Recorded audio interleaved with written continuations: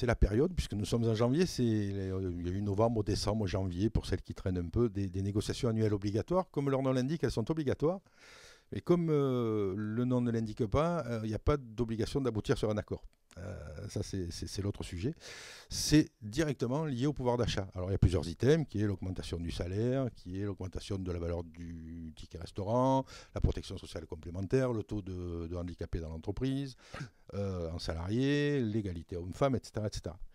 Comment on s'inspire pour faire des revendications qui tiennent la route et aller voir l'employeur en disant vous n'allez pas nous raconter n'importe quoi, on sait que vous pouvez faire ce type d'augmentation de la masse salariale. Alors comment on fait pour préparer ces négociations annuelles obligatoires ? Y a deux points qui sont importants. Le premier, c'est de regarder quelles sont les marges de manœuvre dont dispose l'entreprise. Il est évident qu'on ne va pas pouvoir forcément faire les mêmes revendications dans une entreprise qui va bien et dans une entreprise qui ne va pas très bien. Donc ça nous renvoie aux discussions qu'on a eues précédemment sur l'analyse de la santé économique de l'entreprise. Le deuxième point qui est important, c'est qu'une fois que les enveloppes d'augmentation ont été décidées, c'est à qui va l'argent et qui est augmenté. Ça, il faut le savoir, parce qu'on peut se rendre compte, quand on fait une analyse fine, qu'il y a 10 personnes qui prennent la moitié de l'enveloppe globale.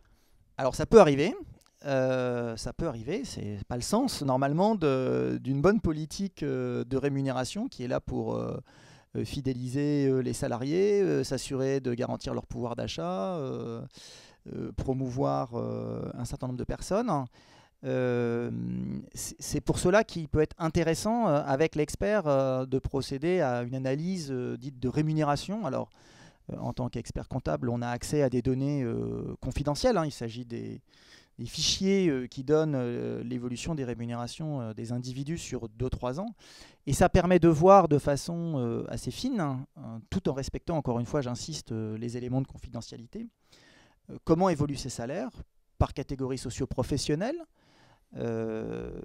Ça permet aussi de voir les politiques de rémunération de variables, donc de primes ou de bonus, et de regarder si tout cela est cohérent avec les enjeux de l'entreprise et aussi avec les enjeux de pouvoir d'achat des salariés, n'oublions pas. Oui, parce qu'on a parlé de motivation pour l'ensemble des salariés. C'est vrai qu'il ne faut pas inciter les cadres supérieurs qui font l'entreprise dans la stratégie à aller voir chez le concurrent si c'est mieux, mais il faut continuer à motiver aussi les salariés qui, eux, sont des non-cadres notamment, à pouvoir payer leurs factures en fin de mois. C'est là où l'équilibre est difficile à tenir et où la revendication est compliquée à formuler. Oui, elle est compliquée à formuler et encore une fois, ces analyses permettent d'objectiver les choses. Moi, j'insiste beaucoup là-dessus. Pour faire une bonne négociation, quelle qu'elle soit, il faut un bon diagnostic de base.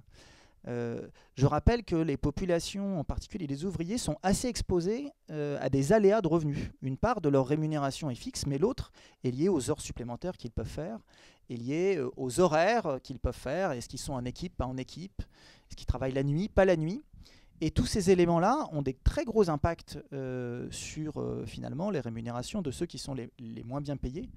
Donc il faut aussi être très attentif dans les politiques salariales à protéger le pouvoir d'achat de cette catégorie de population. Donc là, on a parlé du salaire en soi.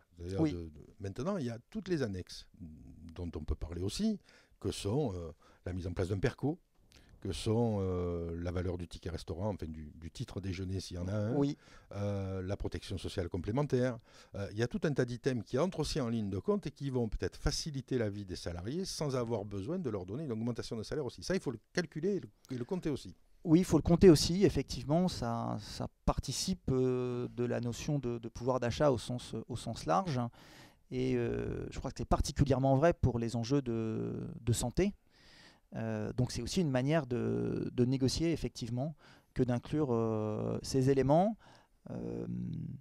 La rémunération sur le salaire lui-même reste quand même très forte. C'est aussi un élément de reconnaissance. Il y a des enjeux des enjeux de pouvoir d'achat, il y a aussi des enjeux de reconnaissance dans ces questions. On parlait plutôt de l'obligation d'égalité homme-femme. C'est aussi par là, par cette négociation-là, annuelle obligatoire, qu'on va peut-être accentuer la politique de l'entreprise en mettant un peu plus d'importance sur la rémunération des femmes dans l'entreprise. En tout cas, ce qui est important, c'est d'identifier des budgets à part pour effectuer les rattrapages, s'il doit y en avoir. Mais la plupart du temps, il y a des rattrapages à faire. Donc c'est aussi, non pas de ne pas tout confondre, c'est-à-dire il doit y avoir une enveloppe spécifique pour les rattrapages égalité femmes-hommes, égalité salariale, et puis il y a une enveloppe globale qui est là plutôt sur les enjeux de pouvoir d'achat, de protection contre l'inflation. Puisqu'on parle des enveloppes, je crois que c'est jamais été le moment est aussi bienvenu de parler des enveloppes, parce que l'employeur, lui, va favoriser l'augmentation individuelle plutôt que les augmentations collectives. Donc il y a plusieurs enveloppes déjà. Il y a une augmentation collective qui souvent n'est pas plus collective que ça parce qu'elle est limitée à un seuil de salaire, on va dire, pour faire court pour l'exemple, 30 000 €. Et puis une autre enveloppe pour les bonus.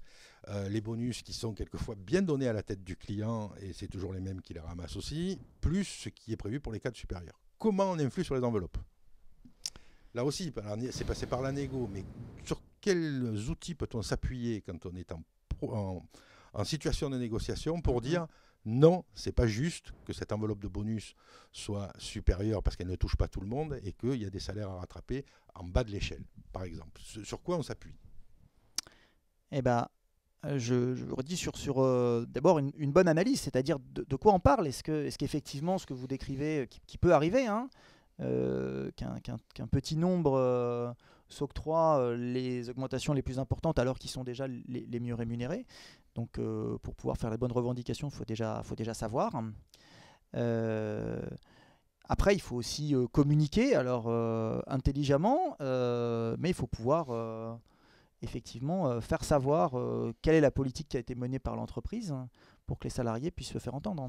Est-ce qu'on peut imaginer que les organisations syndicales aient pour objectif de dire on va limiter l'écart entre le plus bas et le plus haut salaire dans l'entreprise ? Est-ce que ça peut faire partie des objectifs ?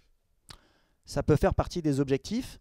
Ça ne répond pas forcément à la question immédiatement du pouvoir d'achat des salariés ou de protection contre l'inflation, mais ça peut faire partie des objectifs. Il y a d'ailleurs un certain nombre d'entreprises, souvent plus petites, qui appliquent déjà ces engagements. Dans les entreprises multinationales, c'est souvent beaucoup plus compliqué à mettre en œuvre. Il faut attirer les grands patrons avec du talent. Entre autres. Donc c'est plus compliqué à mettre en œuvre, mais effectivement, c'est un sujet qui mérite d'être posé. Au-delà d'un certain écart, ça n'a plus de sens. Donc qu'il y ait des différenciations, c'est une chose, qu'elle soit hors de proportion, c'en est une autre. Si vous êtes en train de négocier en ce moment les augmentations de salaire et les annexes, profitez, parce qu'il y a peut-être une ouverture cette année que vous n'avez pas eue depuis très longtemps. Merci Stéphane.